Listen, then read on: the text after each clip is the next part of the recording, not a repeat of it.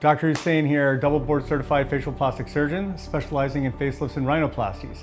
And I'm here with my lovely patient who just had a rhinoplasty done. And we're doing the ELIXIR MD cellular treatment.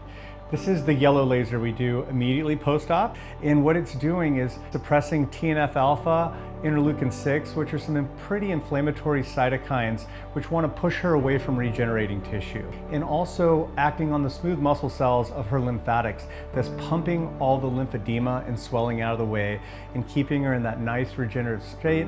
She's healing in a non-inflammatory way.